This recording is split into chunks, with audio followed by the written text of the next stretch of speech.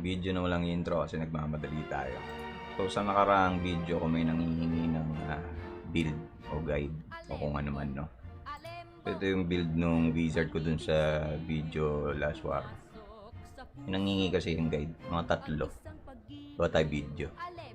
So pag high wizard ka, PC mode, eto yan, may tatlo tayong settings. Classic, accurate, quick. Sa classic, pag wala ka sa range tapos pinindot mo, sa paa niya ilalapag. Kunyari may kalaban pinindot mo pero out of range ka. Ganyan mangyayari dyan.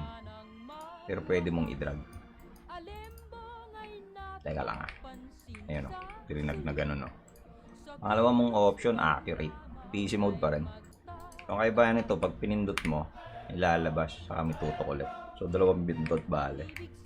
Skill, tutok, bitaw. Skill, tutok, bitaw.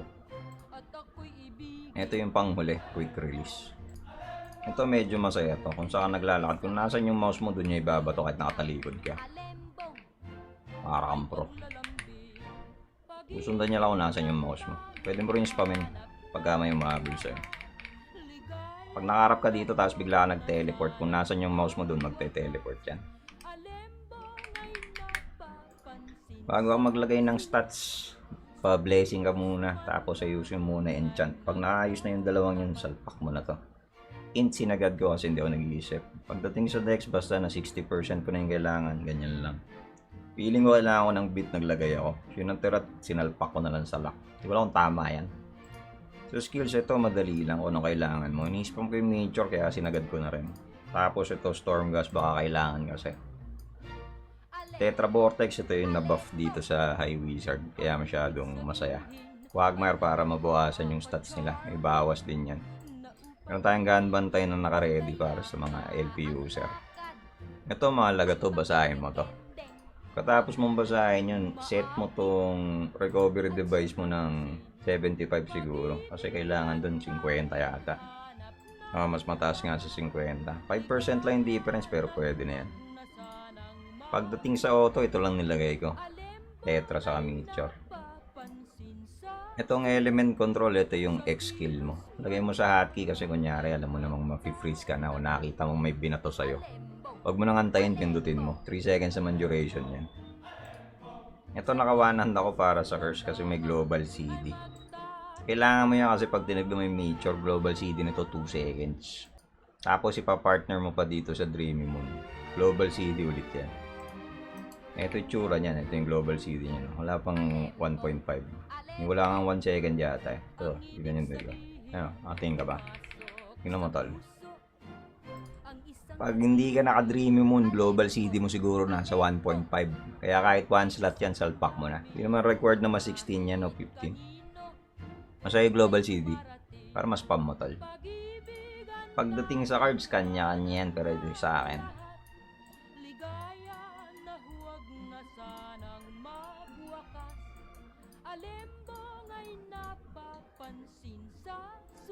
Pag mag-infuse ka ng armor, kailangan mo ng PDEP, MDEP. Ano pa ba? PvP reduct yung plano ko eh. Malas ako sa choices kaya puro HP. Galing ko sa ikong paladin. Dating dito, PDEP, MDEP pa rin nabol ko. Wala nga lang, MDEP. Malas ako eh. Garment, ganun din. PDEP, MDEP.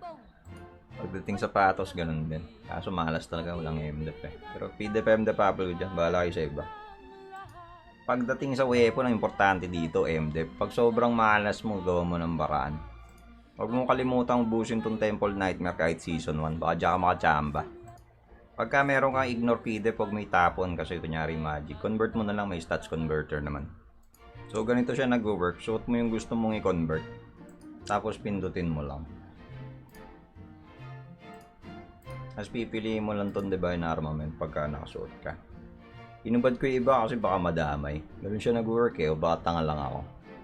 Huwag mong sasayangin, huwag ka magsusunog. Convert mo lang. Pagdating sa enchant, ito gamit ko.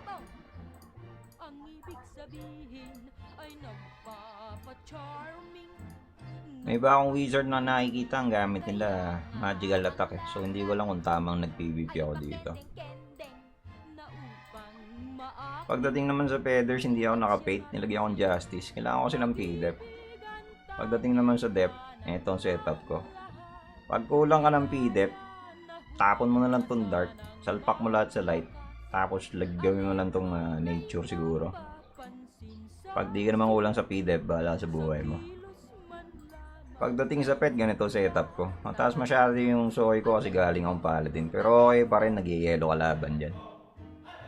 Wala namang kulang, no? Stats, skills, equip, enchant, feather, mount, pet. Ito yung sa mount, pinindot lang natin. Pakain mo lang yan. Sa traits, naka-auto lang ako dito. Pantay-pantay lang kasi may ligaw magpalit ng job eh. Dito naman siguro 50, 49, 49 na kaya. Hindi yan naangat pag hindi mo na 50 lahat. Ganito lalabas na stats yan pag walang buff. Kaya siguro mag 10k pagka may pare. Yan yung ignore. Pagdating sa PDEP, laging kino-compute yan. Huwag nyo laging titigan yan. Compute nyo dito sa equipment PDEP. Tapos lagi nyo siyang i-divide sa equipment PDEP. Siguraduhin mo laging yung ignore PDEP ng karamihan eh mataas-taas yung raw PDEP mo. Kari ka kasi pag hindi, punit ka. Ito pa pala yung medals, muntik kong makalimutan, di pa pala tapos.